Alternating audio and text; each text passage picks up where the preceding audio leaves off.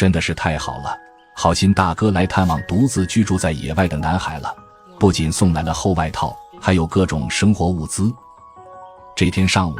自强正在清理周围的树木，想要把自己居住的环境弄得更加宽敞一些，同时也让这里的光线变得更加明亮。砍完了一侧，自强来到了另一边，继续对着附近的杂草树木展开了清除。一段时间过后，只留下了几棵较大的树木，周围的视野一下子开阔了许多。这时远处走来了一个男人，喊了声自强，正是之前一直很帮助他的那位大哥。这回正手里抬着个箱子，背上还背着一个背包。自强连忙上前迎接，大哥停下了脚步，抬眼看了下眼前的小屋，问他就住在这里呀？今天就是过来看看他，简单的打了声招呼。自强把大哥迎到了屋内，大哥放下了手中箱子和背包，就取出了里面的东西。首先是一件厚外套，现在越南已经是冬季，虽说还有20度左右，但早晚还是有些凉的。这件棉外套来的正是时候，自强穿上去试了试，大小刚刚合适，看样子大哥是真的用心了。之后又取出了一床薄被子，自强先放到了一边，底下还有一些鸡蛋以及一些其他食物。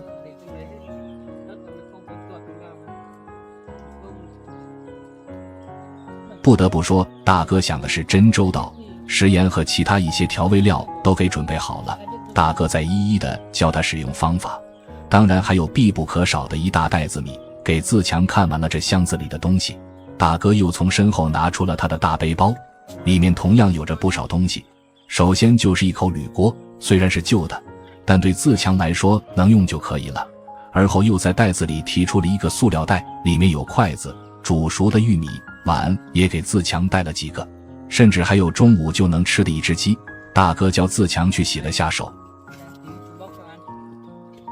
等待他回来，大哥从衣服口袋里掏出来一个信封，他告诉自强，这是村里集体给他的，大家都有出了一份力，拿了这些钱，缺什么了就去买，不要舍不得，有需要了就去置办，不要过得像个原始人。又吩咐了几句，大哥叫自强拆下了一根大鸡腿，自强礼貌推让了一下，想把最好的部位给大哥吃。大哥叫他快吃吧，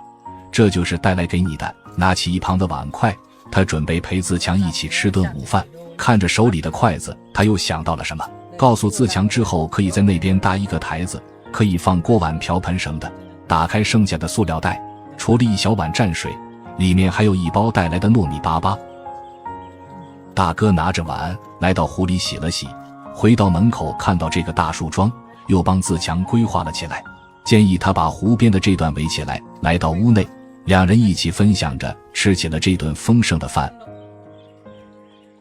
吃完了饭，大哥已经在指导自强怎么搭建一张床，告诉他离地太近可不行，那样太潮了，必须要离开地面30公分左右才可以。又是在生活的方方面面仔细地教导了一番自强。大哥拎起了自己的包，带回了帽子，他也该到了离开的时候。自强出门送别了他，大哥真的有点心疼这个懂事乖巧的孩子，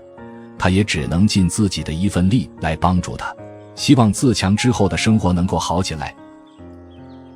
自强回来啃完了剩下的鸡，收拾起大哥带来的东西，鸡骨头丢到火里，碗筷先暂时放在还算干净的床板上，无用的塑料袋也丢到火里一烧了之，提着箱子放到了床上，从里面拿出了东西开始检查起来，有一大袋子糖、洗衣粉等等。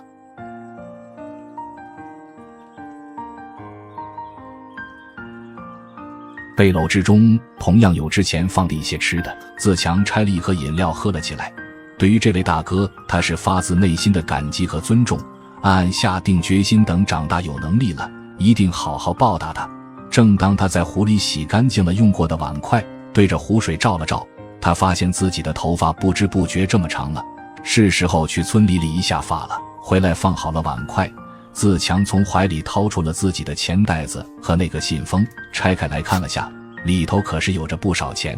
一起收进钱袋子之中，谨慎地继续放回了怀里。整理好所有的东西，自强换了更加轻便的拖鞋，穿上了厚实的外套，关好了门，他欢快地向着村子走去，来到了理发店里，等待着上一位顾客理完。自强坐了上去，几十分钟后，李纨发付了钱，虽然没有之前帅气了，但好歹清爽了一些。明天他将按照大哥说的，对自己的住处进行一番大改造。男孩重新为在野外的住所制作了一张床，并用木料加固了下屋顶，还在周围挖了一圈排水沟。今天一早，湖面升腾着雾气，自强已经在着手准备造床的材料了。只见他正削着根带树杈的树干，这应该就是拿来做床腿的，如同削铅笔一般，笔尖的底部可以插到地面之中。完事之后，自强来到了屋内，先把昨天大哥送的一箱子东西放到了一边，理干净上方的衣物，接着就可以把这个简易的床板先拆掉了，全部放到一旁，按照床板的宽度，将木锥子怼进了泥地里，随意地安好了4根床腿。接下来从外面拿了2根早已准备好的竹竿，架到了树杈之上，再把原先的竹片稍加处理，使之能更加的平整。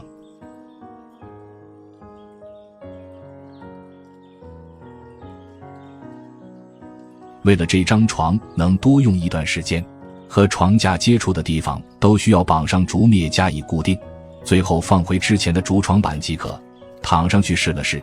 果然要比在地上舒服一些，既能远离地面的潮气，还能有效地避免被地上的虫蚁叮咬。整理好了室内的东西，自强来到屋外，这里同样还有一些活要干。昨天大哥已经指点过他，屋顶的棕榈叶容易被风刮跑，最好是用一些东西压住。显然自强是听进去了，这不，抬了2根树干先靠在了屋顶上，而后人也爬了上去，调整树干的位置，让它能和屋顶保持平行，费力地将2根树干都安放到位。这还没有结束，如果就这样简单地放在上面，一不小心就会滚落下来，但如果通过一根竹篾将2者连接在一起，就不存在这个问题了。即使一边想往下滚，另一根也会扯着它无法动弹。干完了这些，自强跳下屋顶，拿起了地上的柴刀，马不停蹄地进行到下一项的改造之中。只见他沿着小屋的4周，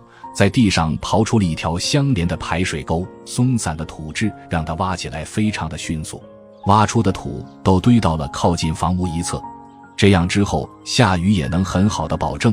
雨水不会随意的流到屋内。检查一下再无问题，自强回到了屋内，换上了胶鞋。他取出了自己的小金库看了下，虽然里面还有不少钱，但现在都没到中午，还有的是时间出去赚点钱。于是他背上了背篓，关好了门，向着远处进发。一段时间之后，他来到了一棵高大的木瓜树前。看过之前的朋友应该还有印象，这棵木瓜树早在几个月之前，自强就有来收过。这回新的一批木瓜又挂满了枝头，到了可以采摘的时候，自强提起一旁的竹竿，精准地对着木瓜捅去，一颗颗果子应声掉落下来，每一颗都犹如大石块一般，自己也得防着一点，要是被砸到那就惨了。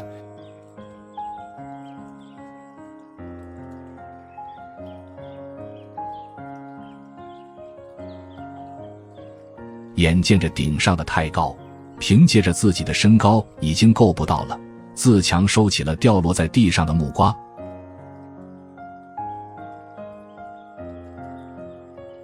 还别说，就这一会功夫，捡起来都有1箩筐了。没吃午饭的他就决定切上一个来当做自己的午餐。安抚完武藏府，自强背着这满筐的货物再次出发。老规矩，他来到了村子里，在大哥家门前摆下摊位。2位在街上闲逛的大妈看到自强又来摆摊，立马就凑了上来，各自买走了几颗。接下来卖起来也是相当的顺利，边上的村民或者开摩托路过的人都纷纷上前购买，最后几个也被附近的大姐买走。卖完了今天的收获，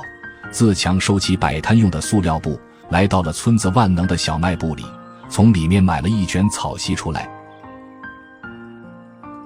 回到了住处，自强将凉席铺了上去。虽然对这张小床来说实在是太大了，但只要换个方向横着铺，还别说真就差不多了。有多的部分卷起来靠在墙边，躺上去至少比棕榈叶要来的舒服多了。下到床下放好了胶鞋，自强来到屋外拿了根木棍，在篝火堆前比划了一下，把它截成了所需的长度，并削尖了一端，插到火堆四周，这样放上锅，做起饭来也要方便许多。随着一缕白烟升起，自强一边在数着钱，一边正在煮着饭，相信凭借着自身的努力，他的日子一定会越来越好的。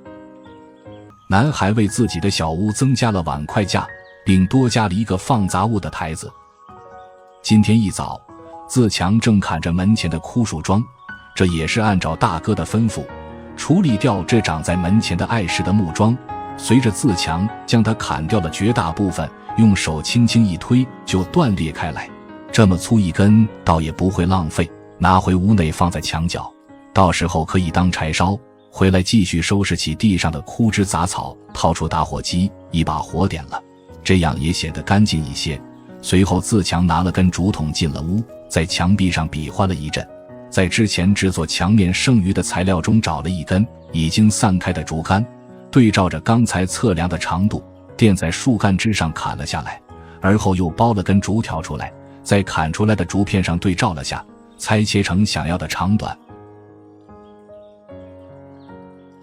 准备好了材料，自强带着他们来到了室内。只见他将3张竹片铺在了地上，接着以上下交叠的方式插入了竹条，在卡好3根之后，就能将它变成一个牢固的整体。稍长的部分正好插入到墙面的缝隙之中。试了下这个方法可行，自强拿起背篓里的竹篾，穿插进了屋顶的椽子之间，打了个牢固的绳结，左右绑好了2根。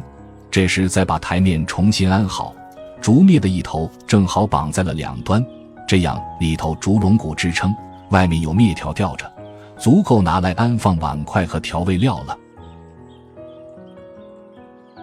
都安排妥当后，自强看了眼边上的筷子，他想到了更好的主意，拿起2根细长的竹竿瞧了瞧，这个待会用得上，先放在一边。而他要找的正是这种大竹筒，沿着竹节部位将一侧砍去了一大部分，削去毛刺，看着造型应该是一个筷笼没错了。为了能快速沥干湿筷子流下来的水，不至于让筷子在里面发霉，自强又在竹节上开了个小洞。回屋之前顺道抱了一些边角料进去，将筷子笼插到墙上的缝里，放上筷子。我们也不得不佩服他的动手能力，凭借着一些简单的材料，往往都能打造出自己想要的东西。这一部分归功于之前和老奶奶学的生活技能，估计最主要的还是依靠着他过往的流浪生活积累下来的经验吧。今天的活还没有结束，他继续在地上挖了几个坑，接着将带进来的竹筒埋了进去，倒实了4根立柱，刚放到一边的细竹竿这回也派上了用处。依照着这个宽度，自强来到屋外，重新劈砍了一些竹片出来，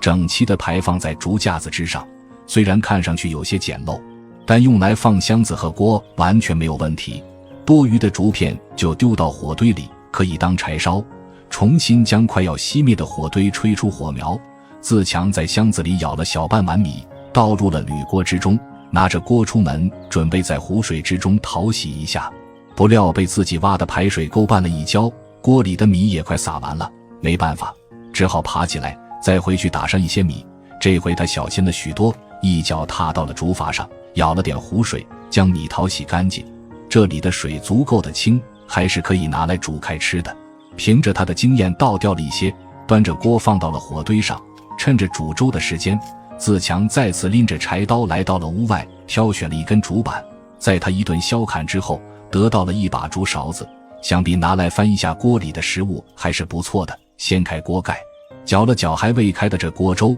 自强拿出了背篓里的鸡蛋，在锅沿上轻轻地磕了几下，不过好像没有掌握好力道，碎开的鸡蛋壳有一半掉到了锅里，鸡蛋清液沿着锅边跑了一部分。自强一口气打了3个鸡蛋进去，看样子他是想好好的补补。随着竹勺的一顿搅拌，原本整个的鸡蛋也变成了鸡蛋花。10几分钟后，这锅鸡蛋粥也算是熟了。自强小心地将锅端起，放到了地上，拿出碗筷，用竹勺舀到了碗里，由于这个勺子实在是太过平整，每次只能舀起来一点点，舀了7、8次才搞了小半碗。早已饿了的自强有点等不及了，用筷子吃起了这碗滚烫的粥。现在自强的房子越来越完善，已经能勉强让他过上正常人的生活了，期待他以后的日子能过得更好。男孩又上山找货了，今天他砍了一根棕榈心，还有一挂不怎么熟的芭蕉。这会已经过了中午，自强吃过了午饭，正在清扫地面的灰尘。虽然屋子是土质的地面，但自强还保持了在老奶奶那居住留下来的良好习惯。看来爱干净是不分地方的。扫完了地，他背起背篓，简单的用一根竹筒抵住了门，迈着欢快的步伐向着远处走去。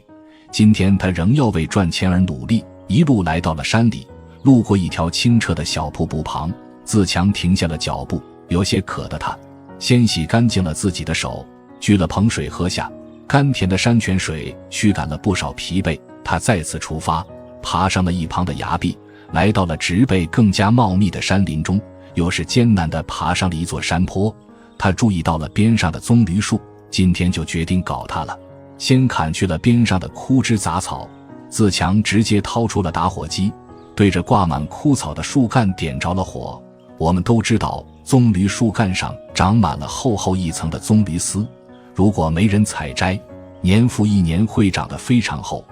对于想收取棕榈心的自强来说，坚韧的棕榈丝会是一个很大的障碍，还不如这样一把火烧了。不过自强也是非常的小心，全程注视着它，怕火会蔓延到其他的地方。一会之后，明火已经快要熄灭，自强这才对棕榈树动起手来，一点点砍去其宽大的叶柄。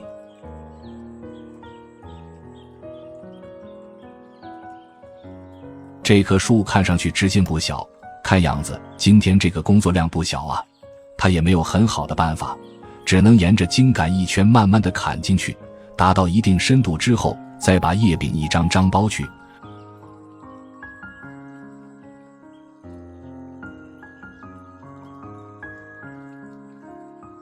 足足耗费了个把小时时间，才清理完了外层的装甲。接下来就可以对棕榈心发动总攻了。现在掉出来的碎屑吃起来已经有一些甜味了，自强尝了2口，继续对嫩心发动攻击。好在现在的质地远没有一开始那么坚硬，一刀砍下去就能深深地嵌入其中。对于掉下来的大块嫩心，他也有点舍不得浪费，塞入嘴里大口地吃了起来，顺道也算是补充下能量。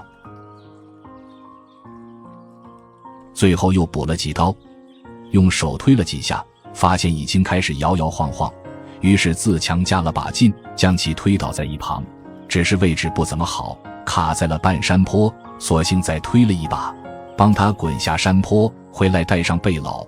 自强也往山坡下而去，拖着棕榈心来到一片空地。自强打算只取走可食用部分，这样回去的路上也能轻松一些。沿着厚厚的表皮削了一圈，又剥去了一些快要木质化的叶柄，自强将其分成了段，直到剥的只剩下白白嫩嫩的内心为止。这就是今天的收获了。自强把这几个嫩心收进背篓之中，往着山外走去。走了一会，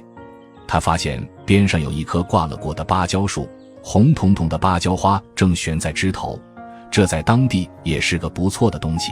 碰到了就顺带收走吧。得益于芭蕉树松软的质地，没几下就将它放倒在地。切下这挂芭蕉，虽然还是青色的，但说不定带回村子里也是有人要的。就这样，自强如同背了一个红色的电台天线，一路穿过山林，回到了村子里。放下背篓，他马不停蹄地摆好了摊位。今天的货不算多稀奇，但一般人也不会特地跑到山里搞来这些，所以很快吸引了路过村民的目光。一位推着婴儿车的大姐和一位小哥围了上来，分别买走了他的一个棕榈心和那挂芭蕉，剩下的则全部被骑摩托的大叔买走。销完了今天的货，自强抖去塑料布上的赃物，塞回来背篓之中。他习惯性地向着老奶奶家走去，过了一会才意识到现在他已经不住在那了。不经意间的小事又让他想起了老奶奶，也许过几天找个时间是该去看看这位慈祥的奶奶了。男孩为自己野外的住所挖了一个茅坑，并搭建了一个棚子。今天一早，自强正在扫着地，锅里还煮着水，这会还没有吃早饭。打扫完卫生，他在箱子里拿出了一包泡面，拆开来倒进了锅里。为了不浪费酱料，整个酱料包丢进汤里，加好了调味料，煮了几分钟时间。自强在碗架上拿了口碗，捞起面条吃了起来。碍于厨艺水平有限，平时吃的都是一些没滋没味的东西，唯独泡面不仅做起来简单，而且口味丰富，所以没用一会就嗦完了整锅面，连汤都没有放过。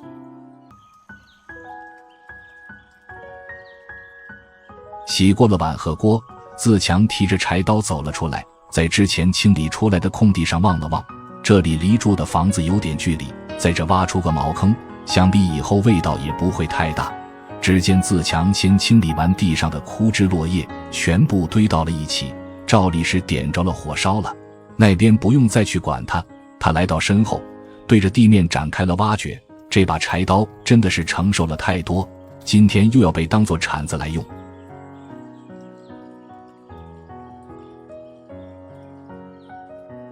这个茅坑也只是自强一个人用，所以并不需要挖得太大。在找平了周围一圈泥土之后，自强转身进了树林之中，拖回来一些棕榈叶和竹子，捡起地上的树干，测量了下茅坑的宽度，再用剩的竹竿中截出所需长度。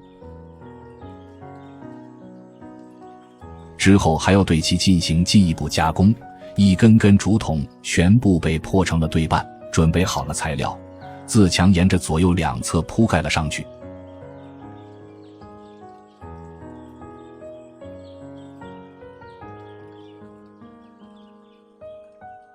交叠2层之后，只在中间位置留出了一个方形的小洞。自强蹲上去试了试，并做出一副很努力的样子，想象着自己蹲坑时的感受。目前这个茅坑还不错，于是他捧起周围的泥土进行了回填，铲下坡上的土填在竹片之上，再次感受了下，没有什么问题。接下来还要给茅坑盖个棚子，总不能下雨的时候淋着雨上厕所，那画面太美不敢想象。依然是利用可塑性强的竹子，截了几段出来作为立柱，又破了一些竹片出来，随后在4个角上挖出深深的基坑。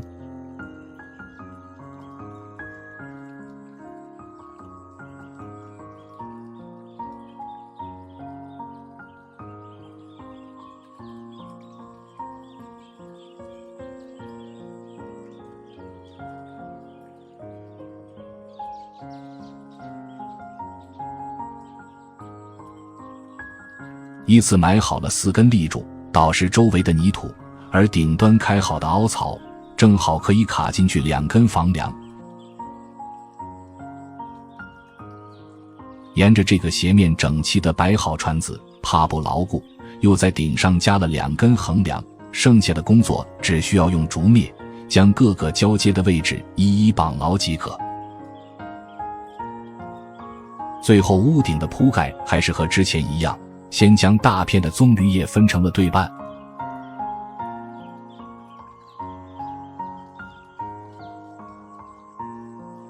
分出一缕叶片缠绕在椽子上，以上下交错叠瓦的方式覆盖上去。这种屋顶只要不是狂风暴雨，那是没有问题的。这间茅房其他都很不错，唯一的坏处是没有墙面，也得亏了这里是荒郊野外，一般人不会来这。至于对岸隔着湖面能望过来，他觉得暂时问题不大，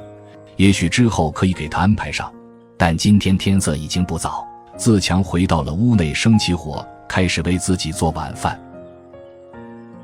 这个男孩也太厉害了吧，独自在山林之中设置陷阱，抓到了一只肥滚滚的小野猪。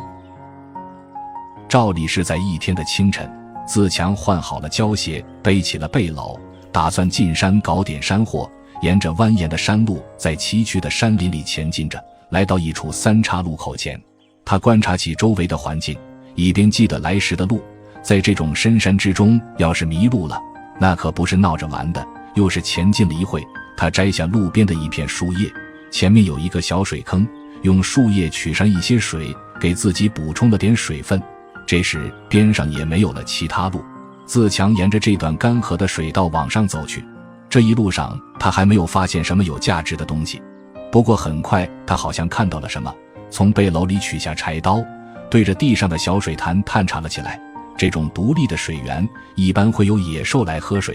又是对着两边的杂草堆里搜索了一下，只是感觉好像有东西来过，又好像什么也不是。带着疑惑，自强向上游打探去，直到他来到了又一处小水潭，这里的痕迹就要明显了许多，确定是有什么动物在这喝过水，而且边上的土坡上留下了许多的脚印。仔细地辨认了一番，应该是一头不算大的野猪留下的。可这要怎么才能抓到它呢？正当他在发愁，看到了不远处地上有根结实的藤条，瞬间思路就清晰了起来。他还记得老奶奶教过他制作陷阱的方法，有了藤条，再找一根弹性好的树干就能打造出来。搜索了一圈，边上就有一棵符合要求的小树，笔直气长且大小合适，用来给小野猪下套足够用了。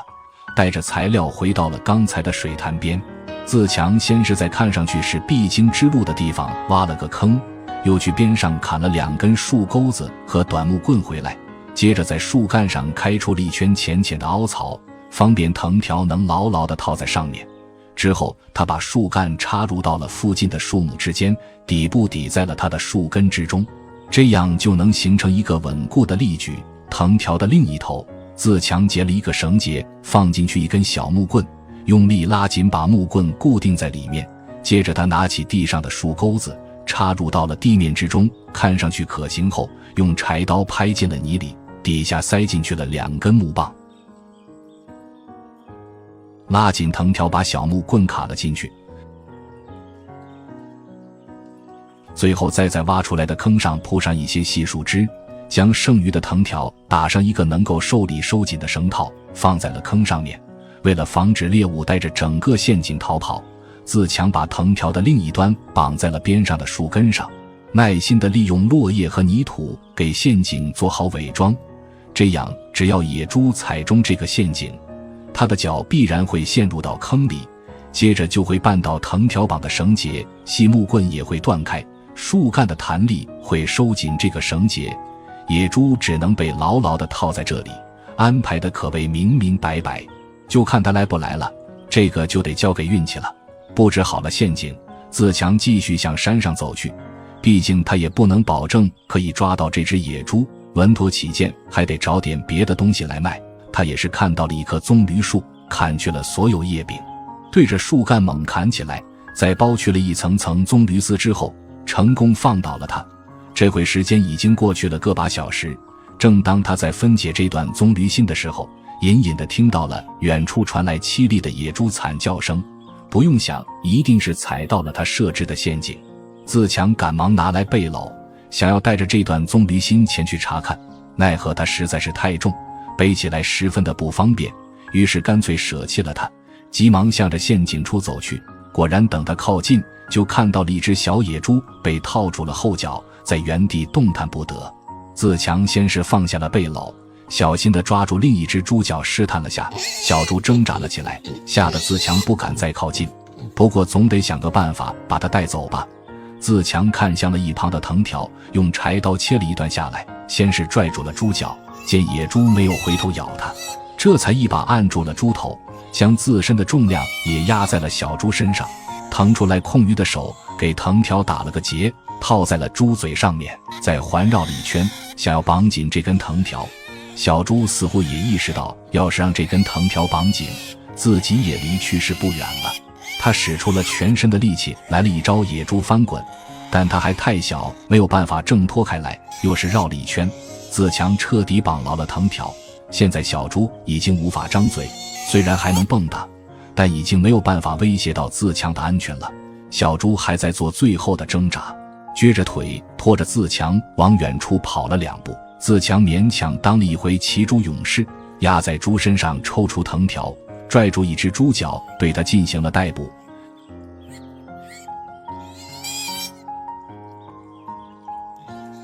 强行把2条前脚拢到了一起，猪自然是不同意，要多拒绝就有多拒绝。不过这回他也是有点筋疲力尽，愣凭着自强穿好了绳套，绑紧了前脚，之后处理只能在地上哼哼的小猪后脚就简单了许多，生怕绑不牢，自强前前后后在猪后脚上缠了好几道，确定绑好后，自强费力地抬着小猪，把它放到了背篓旁，本打算就这样抬回家，但一想还是放进背篓里简单一些，于是自强把小猪塞了进去，背起它向着来时的路走去。宁静的山林中，一声声猪叫打破了寂静。至于如何处理这头小野猪，就让我们下期见吧。